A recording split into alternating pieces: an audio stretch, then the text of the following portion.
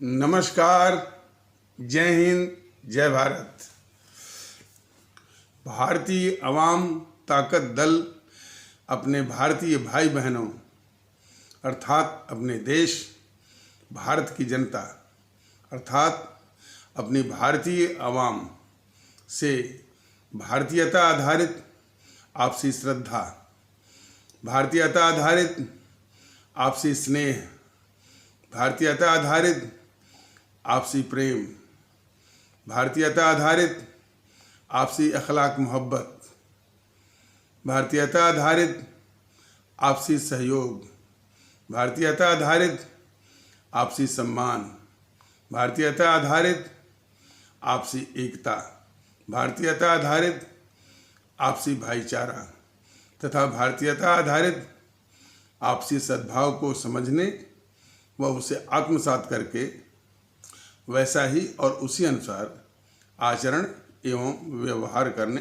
हेतु और इसके समस्त भारत में प्रचार प्रसार करने हेतु और प्रत्येक देशवासी को इसकी अहमियत और महत्व को समझाकर उसे अपनाते हुए वैसा ही और उसी अनुसार आचरण एवं व्यवहार करने हेतु और प्रत्येक देशवासी को अपना ही भारतीय भाई बहन मानकर, समझकर, अपनाकर उनके साथ वैसा ही और उसी अनुसार आचरण एवं व्यवहार करने हेतु सतत, सदैव और हमेशा अदब के साथ, आदर के साथ अर्ज करता है, विनती करता है। अब एक और सुखद घटना, एक समाचार मिला है कि दिल्ली उच्च न्यायालय ने केजरीवाल सरकार को के विषय में कहा है कि इसने जितनी दवाइयां हैं, जितने ऑक्सीजन की सप्लाई है, ऑक्सीजन के सिलेंडर हैं और भी जो सुविधाएं हैं, उसकी कालाबाजारी को इसने प्रोत्साहन दिया है या उसकी कालाबाजारी में शामिल है। बात सही है। दिल्ली जो कि इस भारत की राष्ट्रीय राजधानी है, वहाँ के लोग यदि केजरीवाल की व्यवस्था में दम तोड़ रहे हैं, ऑक्सीजन की कालाबाजारी चल रही है, हॉस्पिटल में बेडों की कालाबाजारी चल रही है, दवाइयों की कालाबाजारी चल रही है, अन्य सुविधाओं की कालाबाजारी चल रही है, तो सीधे सीधे ये केजरीवाल की संलिप्तता है इसमें। और केजरीवाल इस भारतीय आवाम का कितना बड़ा शत्रु और दुश्मन है, इस देश का कितना बड़ा गद्दार है, यह देश बराबर देख रहा है। अभी फिर उसकी घिनौनी हरकत, चाल और साजिश के कारण ही हमारे मजदूर भारतीय भाई बहन, खास करके जो कि उत्तर प्रदेश से आए हुए हैं, जो कि बिहार से आए हुए हैं, इस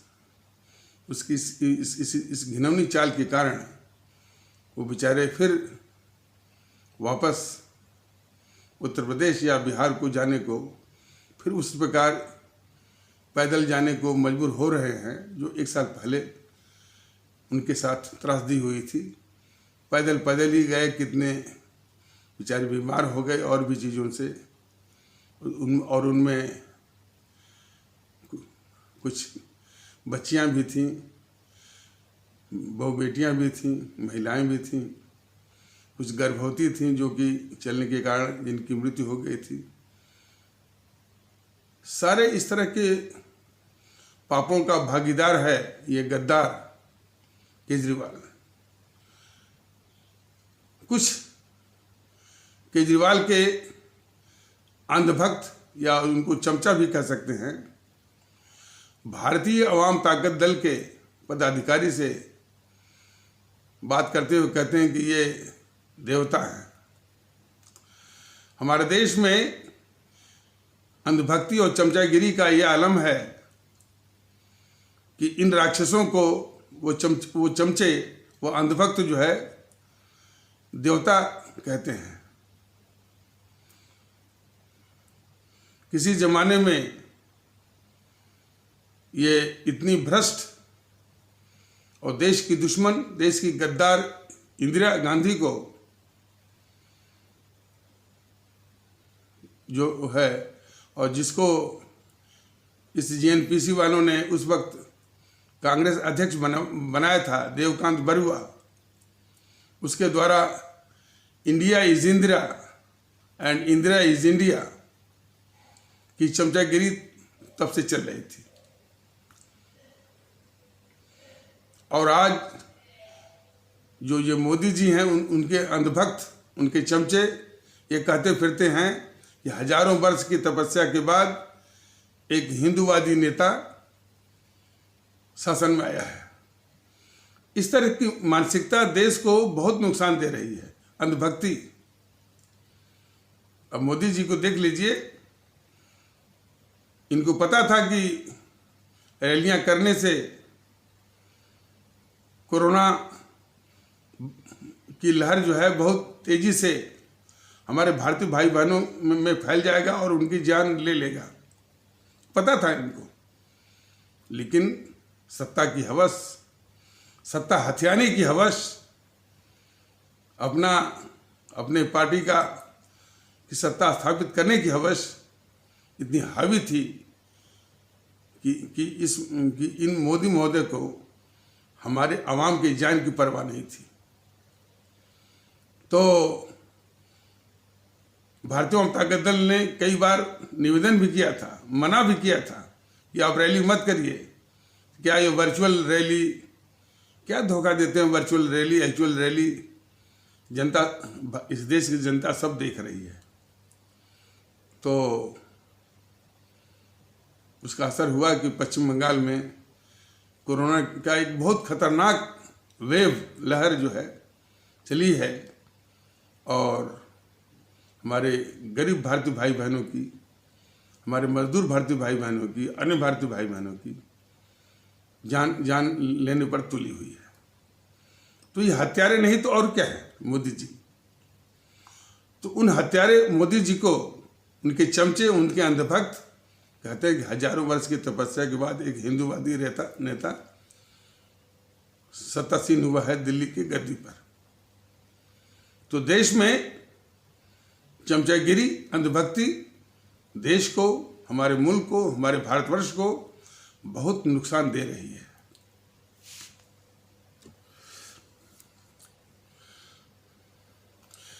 भारतीय अवाम ताकत दल का ये कहना है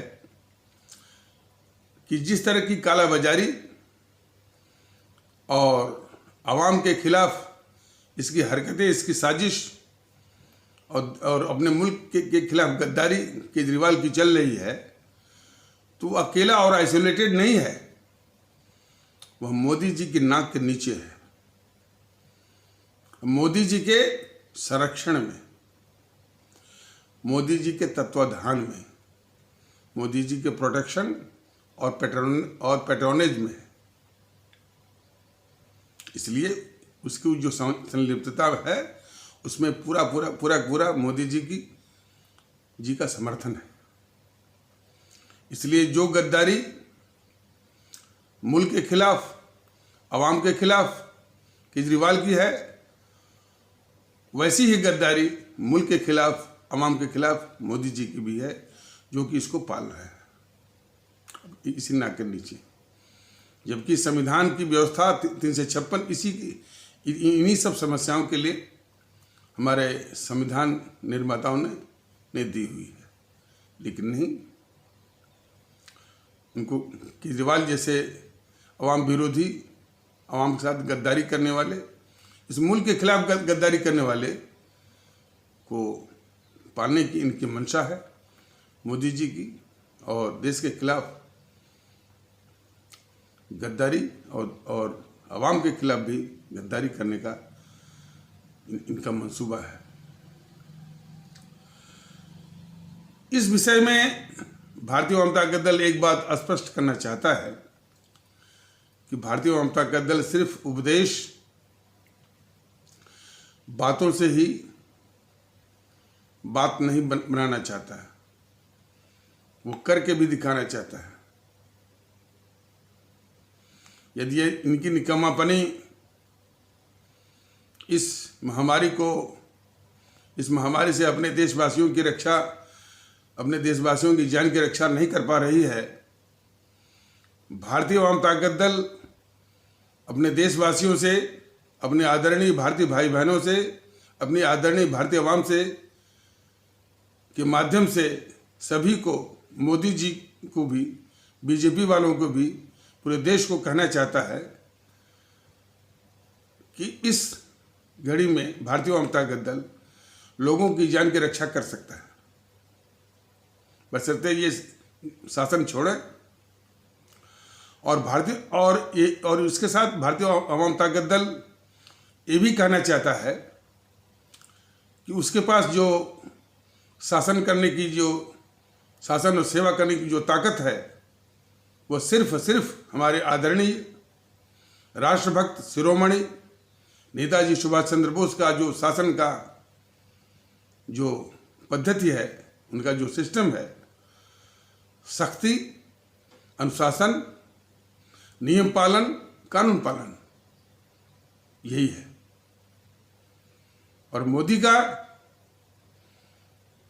का सिद्धांत है देश के दुश्मनों की रक्षा करना, आवाम को दुखों के मंजर में ढकेलना, ये उनका सिद्धांत है। इसीलिए तकलीफ है इस मुल्क को उनसे। मुखौटा भले वो पहने हुए हैं राष्ट्रवाद का, भारतीय संस्कृति के राष्ट्रवाद का, बहुत छला है इस देश को, इसलिए वो इस देश के लोगों की जान नहीं बचा सकते। अभी और इसीलिए भारतीय वाम ताकत दल सर्वोच्च न्यायालय से और अन्य हाई कोर्टों से ये निवेदन करेगा कि इनके खिलाफ भी हत्या का केस चलाया जाए, लोगों की जान लेने का केस चलाया जाए, तब बीजेपी वालों का और मोदी जी का दिमाग जो है ठिकाने में आएगा।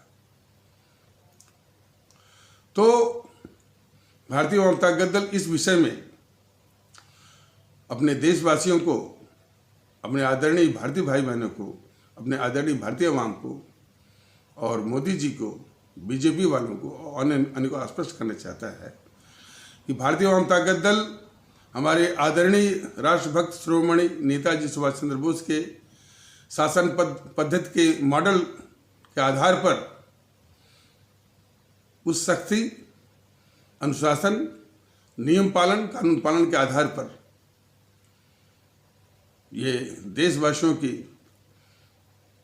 कोरोना से जान की रक्षा कर सकता है, करेगा भी। आप देशवासी ऐसा चाहें तो, बीजेपी वाले ऐसा चाहें तो, मोदी जी ऐसा चाहें तो, और जहां तक कालांतर सत्ता में आने की बात है, वो जनता के आशीर्वाद के बाद ही हमारे आदरणीय भारतीय भाई बहन जब भी चाहेंगे, हमारे आदरणीय भारतीय आवाम जब भी चाहेगी, तभी ये सत्ता का उपकरण अपने हाथ में लेगी और इस मुल्क की और अपने आवाम की खिदमत करेगी। और कैसे करेगी, उसका नमूना बार बार ये बताती रहती है। और इस संबंध में कुछ हमारे भारतीय भाई बहनों की प्रतिक्रिया जो कि भारतीय वाम ताकत दल के पदाधिकारी से बात करने के माध्यम से प्रकट होती है कि ये माननीय उच्च न्यायालयगण, माननीय सर्वोच्च न्यायालयगण क्या कर रहे थे जब भारतीय वाम ताकत दल चारों ओर से ये निवेदन कर रहा है कि लोगों की जान बचाना इस देश की सभी संस्थाओं की प्राथमिकता होनी चाहिए। अभी भी वक्त है। हमारे माननीय सर्वोच्च न्यायालय, माननीय सभी उच्च न्यायालयगण, विशेष करके माननीय इलाहाबाद उच्च न्यायालय, जो कि शायद उत्तर प्रदेश में पंचायत चुनाव कराने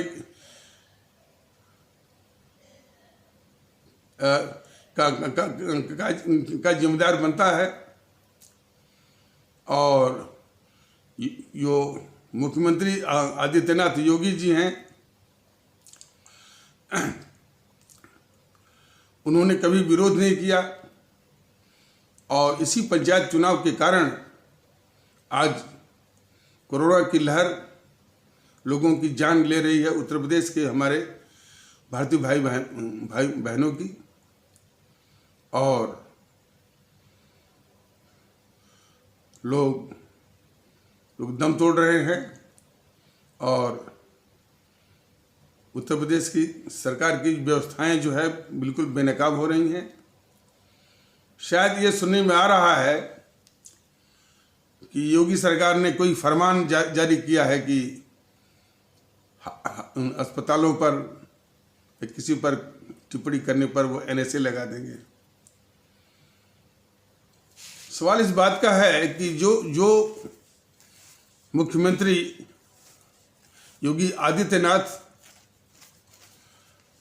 की इस कारगुजारी के कारण लोग जान गंवा रहे हैं, बल्कि न्यायालय को चाहिए, इलाहाबाद उच्च न्यायालय को चाहिए, माननीय इलाहाबाद उच्च न्यायालय को चाहिए, माननीय सर्वोच्च न्यायालय को चाहिए कि इनके खिलाफ भी हत्या का केस चलाए।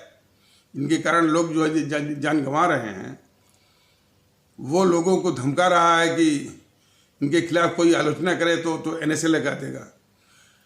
NSA ये लगाना है तो सीधा चुनौती भारतीय जनता दल दे रहा है कि इनके खिलाफ, योगी जी के खिलाफ लोगों की जान लेने का, हत्या का केस जो है चलाया जाना चाहिए। ऐसा आदेश हमारे माननीय सर्वोच्च न्यायालय और माननीय इलाहाबाद उच्च न्यायालय अवश्य जारी करें।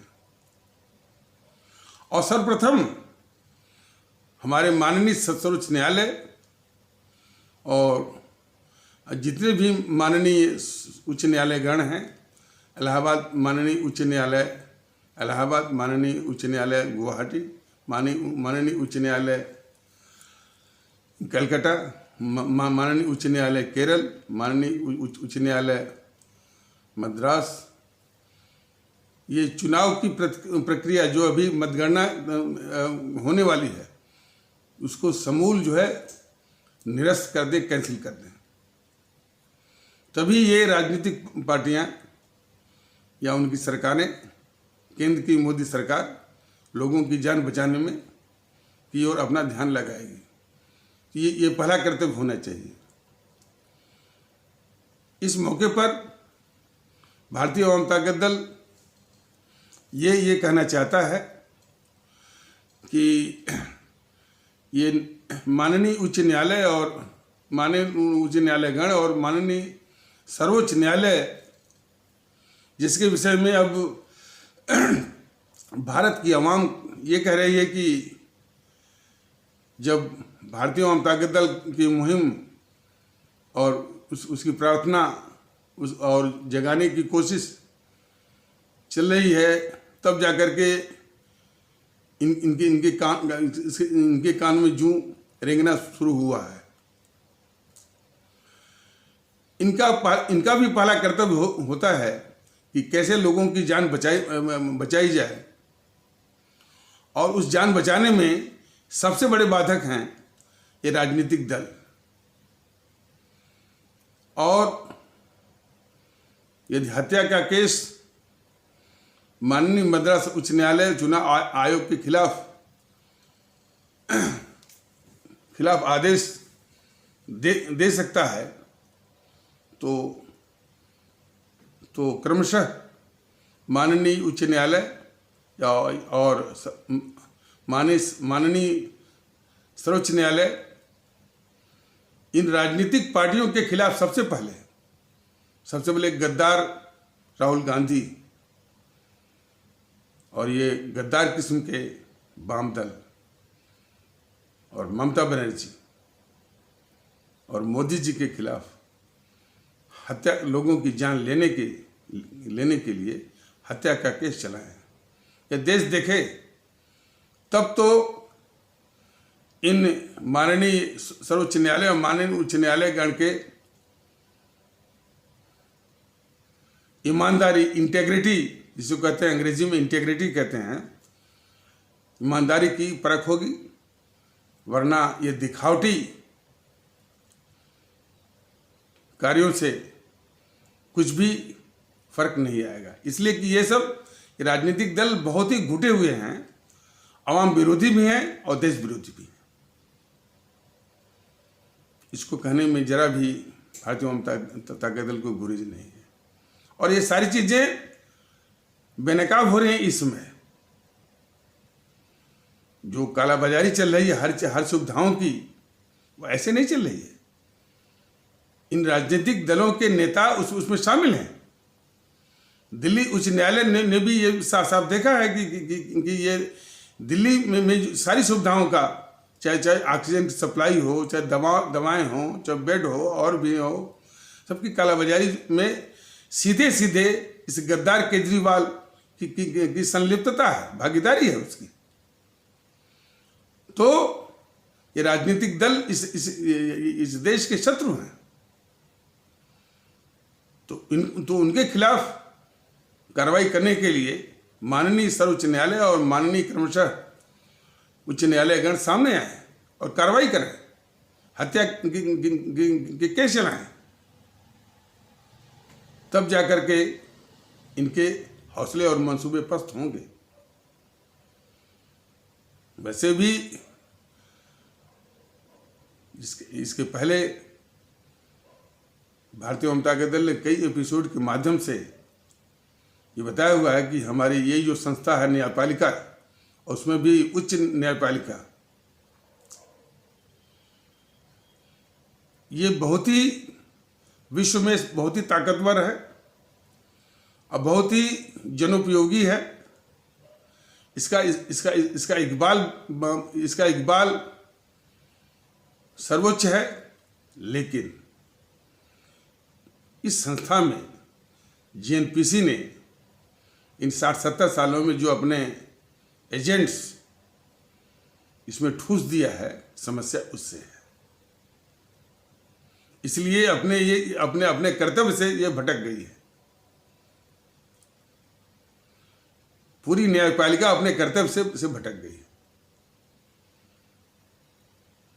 ज्यादा नहीं कहना होगा, एक जमाना था कि पी शिवशंकर कानून मंत्री था, वो अपने ही आदमियों को सर्वोच्च न्यायालय में, उच्च न्यायालय में भरना शुरू कर दिया। इस तरह के मजाक के रूप में बोलते थे कि सभी शिवसेना से मतलब कि पी शिवशंकर के समर्थक, उसके एजेंट्स या इसी जेएनपीसी के एजेंट्स जो है काफ़ी भरे जा रहे हैं उच्च न्यायालयों में, और उच्च न्यायालय से एलिवेट होकर के पहुंचते हैं सर्वोच्च न्यायालय में। सन 1993 में सर्वोच्च न्यायालय का फैसला आता है, एक कॉलेजियम सिस्टम आता है। उस कॉलेजियम सिस्टम का भी कोई लाभ नहीं है इस न्यायपालिका को और देश को, क्योंकि वही तत्व जो जीएनपीसी के द्वारा ठूसे गए तत्व हैं, अपने ही अंडे बच्चों को आगे बढ़ाते हैं। और ये मैं नहीं कह रहा हूँ, न्यायपालिका में बैठे कई ईमानदार किस्म के, और मैंने तो एक बार इलाहाबाद उच्च न्यायालय के जज से श्री मिश्रा जी या पांडे जी, उनका कथन है इस कॉलेजियम सिस्टम से भी बहुत नुकसान है। कॉलेजियम सिस्टम को हटाने के लिए इस मोदी सरकार ने एक NJAC, national judicial council, NJC act पास कराया था, संसद से पास कराया, और भारत की जितनी विधानमंडल है, इस माने स्टेट असेंबलीज हैं, उसके आधे से इसको पारित करवाया। लेकिन जस्टिस जेएस खेहर की अध्यक्षता वाली बेंच ने इसको खारिज कर दिया, फिर कॉलेजियम सिस्टम को बहाल करने के लिए। लेकिन कॉलेजियम सिस्टम खुद एक फेल्योर है। इस न्यायपालिका में किस तरह के जजेस को, किस तरह के न्यायमूर्ति को आना चाहिए, यह एक बहुत बड़ा विषय, बहुत बड़ी समस्या है। तो खैर, हर समस्या का समाधान है, बशर्ते नियत साफ हो, मनसा साफ हो। तो भारतीय जनता दल का स्पष्ट मानना है कि संस्था के रूप में हमारी जो न्यायपालिका बहुत बढ़िया है, बहुत उत्तम है, विश्व में सबसे उत्तम है। इसकी दुर्दशा सिर्फ इसी कारण है कि इस संस्था में जीएनपीसी के तत्व और वाम दलों के तत्व इसमें घुसे पड़े हैं। समस्या उनसे है। उदाहरण के लिए जो ये प्रशांत भूषण है, ये सबसे बड़ा कोर्ट फिक्सर हो गया है। उसी प्रकार दुष्यंत दवे, राजीव धवन और कपिल सिब्बल, अभिषेक मनु सिंघवी जैसे ये कोर्ट फिक्सर हो गए। कोर्ट फिक्सर के कारण जो है सर्वोच्च न्यायालय की प्रतिष्ठा को बहुत आंच पहुंची है। और इसके विषय में सर्वोच्च न्यायालय को चिंता करनी चाहिए कि इन कोर्ट फिक्सरों से सर्वोच्च न्यायालय कैसे अपने को बचाए। ये नमूने दिए जा रहे हैं।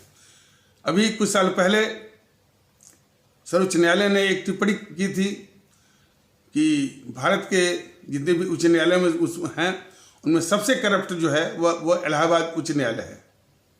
इलाहाबाद उच्च न्यायालय में 120 जस्टिसेस हैं। तो सर्वोच्च न्यायालय की ये टिप्पणी है, मेरी टिप्पणी नहीं है, कि सबसे यदि कोई करप्ट कोई उच्च न्यायालय है तो वो इलाहाबाद उच्च न्यायालय। और कौन इलाहाबाद उच्च न्यायालय है? तो एक ज़माने में जगमोहन लाल सिन्हा ने उच्च न्यायालय की गरिमा को इतना ऊपर कर दिया कि वो तब उस जमाने की तपी हुई प्रधानमंत्री इंदिरा गांधी से भी नहीं डरा। और सिंगल बेंच का वो जस्टिस जगमोहन लाल सिन्हा और उनके जो चुनाव में धांधली किया था, इसने गद्दार इंदिरा गांधी ने उस धांधली को संज्ञान में लिया और उनके चुनाव को रद्द किया। और उसी ने आदेश भी दिया था कि she is no more PM. तो उच्च न्यायालय के इकबाल को, गरिमा को ऊपर करने वाले जगमोहन लाल सिन्हा को आज इलाहाबाद उच्च न्यायालय भूल गया। और इसी तरह के करप्शन के तमाम शिकायतें जो बॉम्बे हाई कोर्ट, और काफ़ी लोग जो है वो बॉम्बे हाई कोर्ट में अपनी तमाम जस्टिसेज अपनी नियुक्ति चाहते हैं। तमाम इस तरह की बातें हैं। लेकिन इसकी जड़ में क्या है? जो जीएनपीसी और वाम दल के एजेंट्स जो इसमें घुसे पड़े हैं। तो एक कंप्लीट क्लींसिंग की आवश्यकता है। भारतीय जनता दल इसके विषय में स्पष्ट है। और यह संभव है। और भारतीय जनता दल का स्पष्ट मानना है कि कोई भी समस्या जब इस मिट्टी से पैदा होती है, समाधान भी इसी मिट्टी में ही है। तो इसका समाधान है। भारतीय जनता दल बराबर चिंतित भी है, बराबर सचेत भी है और इसके प्रति जागरूक भी है कि हमारी न्यायपालिका का इकबाल, उसकी गरिमा, उसकी प्रतिष्ठा, उसको वापस लाया जाए। इसको जब भी मौका मिलेगा वो करके दिखाएगा। और उसके साथ साथ कोई व्यक्ति बात कर रहा था कि कोई पाकिस्तान का पत्रकार और जो कि लंदन में रहता है, वो भारत की मीडिया के विषय में वो ये कह रहा था कि किस प्रकार भारत की मीडिया भारत के ही खिलाफ हमेशा वो इसकी गतिविधि में लगा रहता है। अरे भाई, वो पाकिस्तान का पत्रकार क्या कहेगा?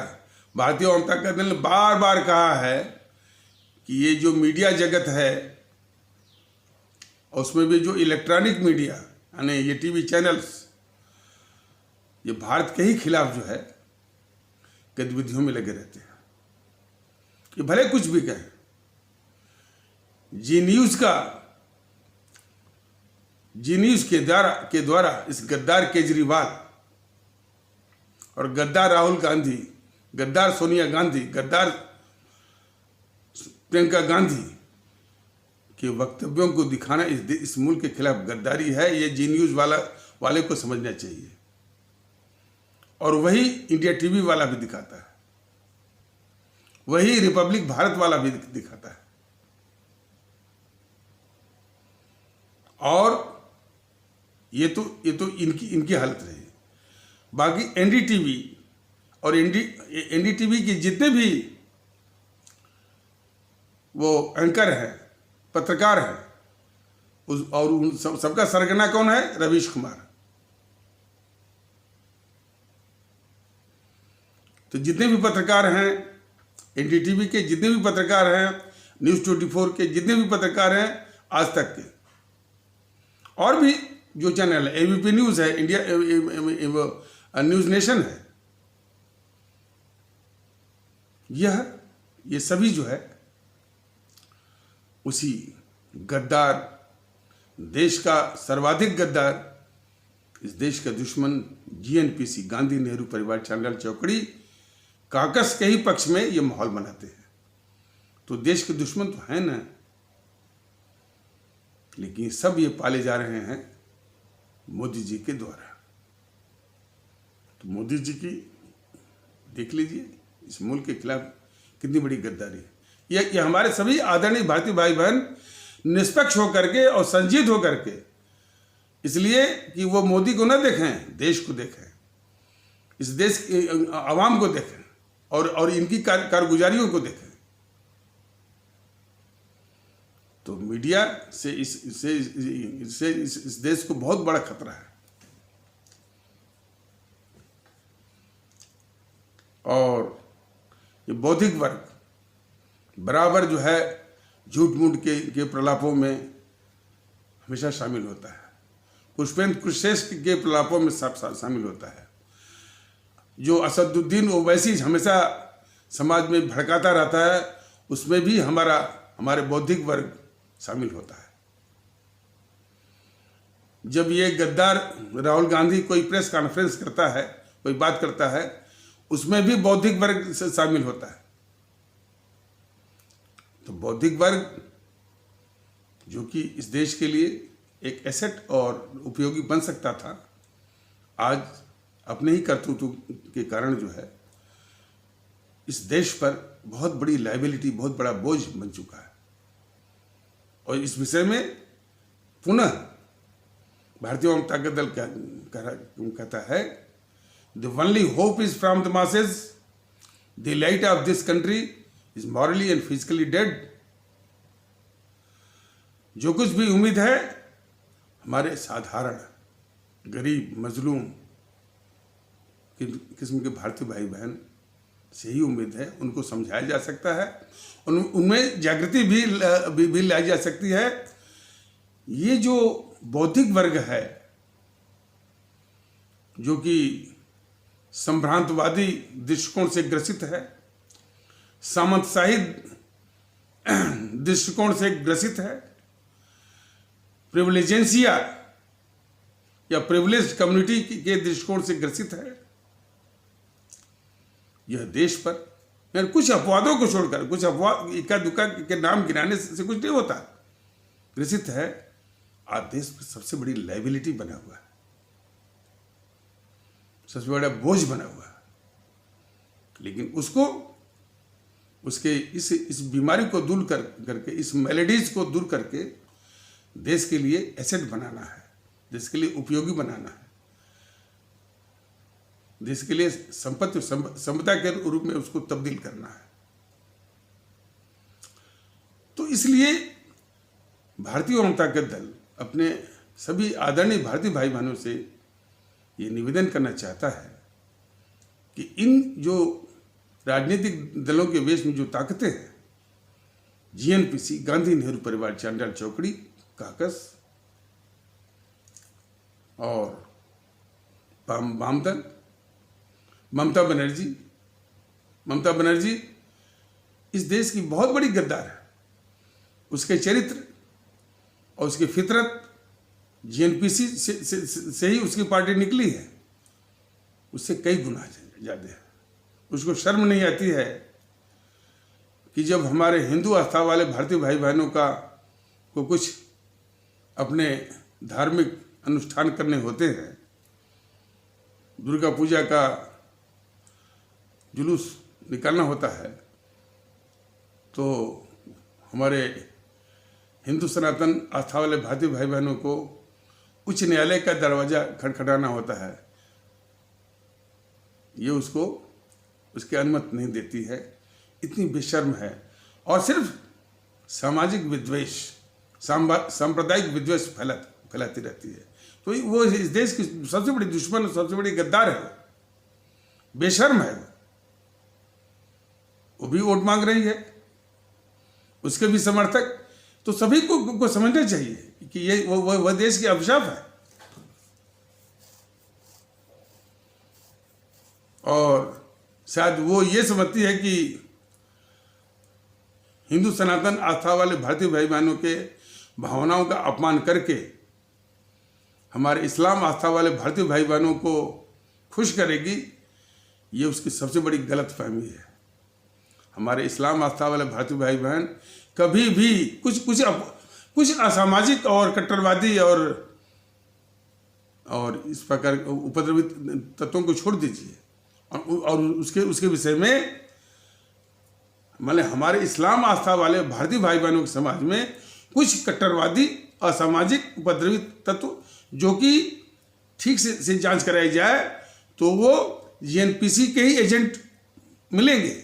जांच कराई जाए तो लेकिन सवाल इस बात का जांच कौन कराए? मोदी जी करवाएंगे, जो मोदी जी खुद इसी जीएनपीसी की रक्षा कर रहे हैं। खैर, तो यदि उसकी जांच कराई जाए तो जीएनपीसी के एजेंट मिलेंगे। उनको छोड़ करके पूरा भारतीय भाई बहनों का जो माने इस्लाम आस्था वाले भारतीय भाई बहनों का जो समाज है, कभी भी हिंदू सनातन आस्था वाले भारतीय भाई बहनों की भावनाओं को अपमानित करने में कभी भी वो खुश नहीं होगा, बराबर विरोध करेगा। इस चीज़ को बड़ी संजीदगी से सभी को समझना चाहिए। और उसी प्रकार हिंदू सनातन आस्था वाले भारतीय भाई बहन कभी भी हमारे इस्लाम आस्था वाले भारतीय भाई बहनों की भावनाओं का अपमान करके कभी भी हिंदू सनातन आस्था वाले भारतीय भाई बहन कभी भी खुश नहीं होते हैं। इन मूलभूत सच्चाइयों को हर एक भारतीय भाई बहन को, हर एक आदरणीय भारतीय भाई बहन को समझना पड़ेगा। तो खैर, आज इस समय कोरोना का जो कहर है उससे लोगों की जो जान बचानी है उसके विषय में भारतीय जनता दल ने कहा कि सर्वप्रथम सबसे पहले माननीय सर्वोच्च न्यायालय और माननीय सभी उच्च न्यायालयगण चुनाव की प्रक्रिया को समूल निरस्त करें। यही एक उपाय है। और अभी एक चरण बाकी है शायद पश्चिम बंगाल में, सिर्फ सभी हमारे भारतीय भाई बहन अपने को भारतीय समझते हुए अपने को बंगाली न समझें, अपने को हिंदू न समझें, अपने को मुस्लिम न समझें, सभी भारतीय हैं। और सभी मिल करके इन राजनीतिक दलों के मंसूबों को पस्त करने के लिए सिर्फ नोटा का इस्तेमाल करें। और आगे भी भारतीय जनता दल इस न्यायपालिका के इकबाल को वापस लाने के लिए किस तरह से संजीद है, किस तरह से चिंतित है और किस तरह से वो इसको लाना चाहता है, इसका कुछ नमूना आगे आने वाले एपिसोड में वो दे सकता है। और इस विषय में भारतीय वाम ताकत दल माननीय सर्वोच्च न्यायालय, माननीय सभी उच्च न्यायालयगण से विनम्र विनती करना चाहता है कि बिल्कुल निडर होकर के इन राजनीतिक दलों के खिलाफ आदेश पारित करें, इनके हौसलों को पस्त करें। ये उनकी सबसे बड़ी सैंक्टम सैंक्टोरम ड्यूटी होगी, सबसे साइन क्वा नॉन एंड सैंक्टम सैंक्टोरम ड्यूटी होगी। हालांकि अंग्रेजी में है, मतलब कि सबसे पवित्र और सबसे अनिवार्य उनका कर्तव्य होगा। तो और भारतीय वाम ताकत दल ये भी बाद में स्पष्ट करेगा कि न्याय देने का, मौके पर न्याय देने का, मौके पर हमारे भारतीय भाई बहनों की को सुरक्षा और प्रतिष्ठा देने का जिम्मेदारी सरकार की होती है, पुलिस की होती है। वो भी भारतीय वाम ताकत दल करके दिखाएगा। हालांकि इन देश विरोधी और समाज विरोधी राजनीतिक दलों के जहन में बात नहीं आती है, क्योंकि वो हमेशा तिकड़म, झूठ और अवाम विरोधी गतिविधियों में अपने को इतना दिमाग लगाए हुए हैं, इस तरह से दृष्टिकोण माने बनाए हुए हैं। और सबसे बड़ा नुकसान तो ये है कि इस जेएनपीसी ने हमारे भारतीय व्यवस्था के पर तिकड़मियों का, झूठ बोलने वालों का, जनता से धोखा करने वालों का, गुंडों का, माफियाओं का, उनका इस सिस्टम पर और देश के साधनों पर उनका वर्चस्व, उनका डोमिनेंस, उनका बोलबाला स्थापित किया है इस गद्दार जीएनपीसी ने, गांधी नेहरू परिवार चांडाल चौकड़ी ने। यही तो कथा व्यथा है हमारे साधारण और गरीब आदरणीय भारतीय भाई बहनों की। तो जीएनपीसी का एक सेकंड भी, एक पल भी इस मुल्क भारत की पावन, जीएनपीसी मतलब गांधी नेहरू परिवार चांडाल चौकड़ी काकस, इसको कि आप सभी लोग भ्रम से या भूल से या गलती से कांग्रेस कह रहे हैं, उसका भारत की पावन धरती, भारतवर्ष की पावन धरती पर एक सेकंड रहना भी इस देश के लिए अभिशाप है। इस चीज को हमारे सभी आदरणीय भारतीय भाई बहन और विशेष करके हमारे आम भारतीय भाई बहन, गरीब भारतीय भाई बहन, मजलूम भारतीय भाई बहन अच्छी तरह से समझें। और उसी के आसपास वामदल भी हैं और इन सबको पालने वाले मोदी जी। तो ये देश के लिए बहुत बड़ा अभिशाप है। और इसीलिए कोरोना काल में ये सब लोगों की जान बचाने की बजाय आपस में आरोप प्रत्यारोप करते हैं, एक दूसरे पर जिम्मेदारी फेंकते हैं और सत्ता हथियाने की साजिश करते हैं। देखिए नहीं इस समूह की, ये कभी भी देश के हो सकते हैं? कभी भी नहीं। न्यायपालिका भी जो है इसकी वो हिस्सेदार बनना चाहती है।